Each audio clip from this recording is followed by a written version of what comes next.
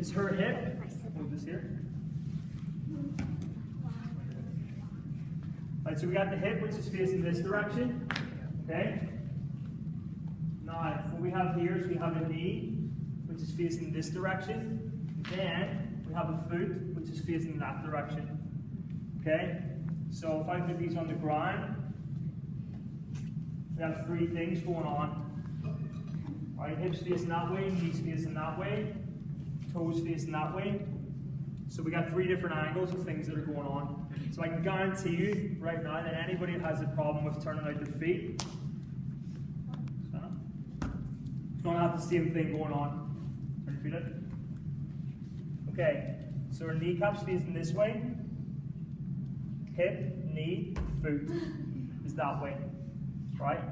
So essentially all she's doing, okay, rest, is you're turning out, but you need to teach yourself to turn it from the hip. So someone that has good turnout is what's called duck feet, because they actually turn out from the hip, so everything's rotating from the hip out the way.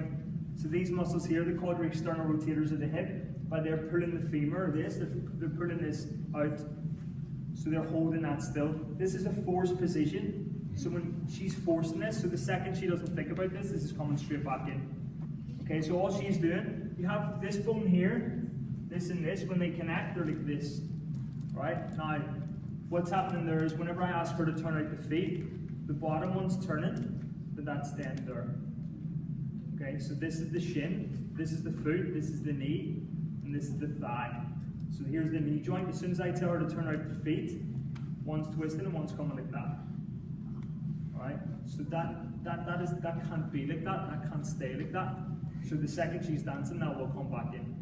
Also, what you're going to now get is, this is why people start getting a lot of knee pain, because you're externally rotating at the bottom, putting the shin out the way, the knees staying in the way, and you've got so much dysfunction going on in the leg. So anyone with good turnout is good because they have really strong muscles that run this way, that turn the hip out, and everything comes out perfectly. Okay? Now, where's Sydney? Can you stand up? So now have a look at another problem. Just stand up. Alright. Just stand with your feet. Yeah, sweater. Okay. Go running this way. Turn your feet out. Go back in. Alright. So if everybody looks at Sydney's right leg, you can see this is going in this way now. So this kneecap, if I follow this down, it's coming the whole way in. And where she gets pain, she gets pain on the inside of the foot here, here, here. But if you look at the hip in relation to the kneecap, in relation to the ankle, there's no support underneath that knee, so which is why the foot's going to roll in to try and support the foot. So everything has to come from the hip, and when you're forcing these movements, you got to be so careful, because what you're doing is you're just twisting things, and all these joints are starting to come out of line. And this is why so many people will get injured, but not only that, you're just not going to be able to fix your turnout. So I could shout at her all day to turn out her feet, and it's not going to be able to happen. That's actually not a bad example. We've seen a lot worse. But this is another extreme. So what's happening here is here's the knee, and what's happening with the knee is this is coming in the way. Shut. So this is rotating like this. That's rotating out, and then the pressure's coming down there. There's nothing under that foot. See? Yeah. Okay, so that's here, twist. So this is the opposite of what's going on here. She's there and she's that way. This is twisted in the way. So again, it's all going to be coming from this hip. If I can get this hip and I can teach her to rotate this out, then these things are going to start coming back in a line. And when they come back in a line, there's going to be no pressure on the inside of the foot. So this is why we got so many knee problems in dancing, and foot problems and hip problems. It's because you have a limb and everything's twisted until eventually something has to give. Okay, so in this instance, she's going to be really, really, really tight in these calves. Why? You can imagine how much pressure is on this knee.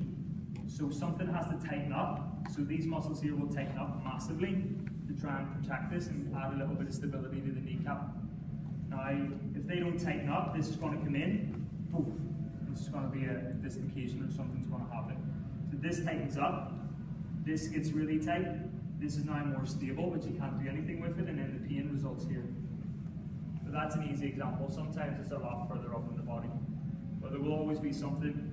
This is the other issue of hers. It's just too much things going on. So, so with this issue, when the kids go home later, we're going to spend some time teaching people how to strengthen the external rotators of the hip and actually try and get something for the turnout. How many people have problems with turnout? Most of them. Okay. Alright. So we'll do that later. When the kids go home, we'll get everyone to stand up. We'll check where your knee is in alignment to your hip and your ankle and heels and everything. And then we can try and look at it. Sometimes it's easy to fix, sometimes it's not. But yeah, is that clear what's going on? Does that make sense? Okay. So that's turnout. Right, you can rest. You can. Go get a couple of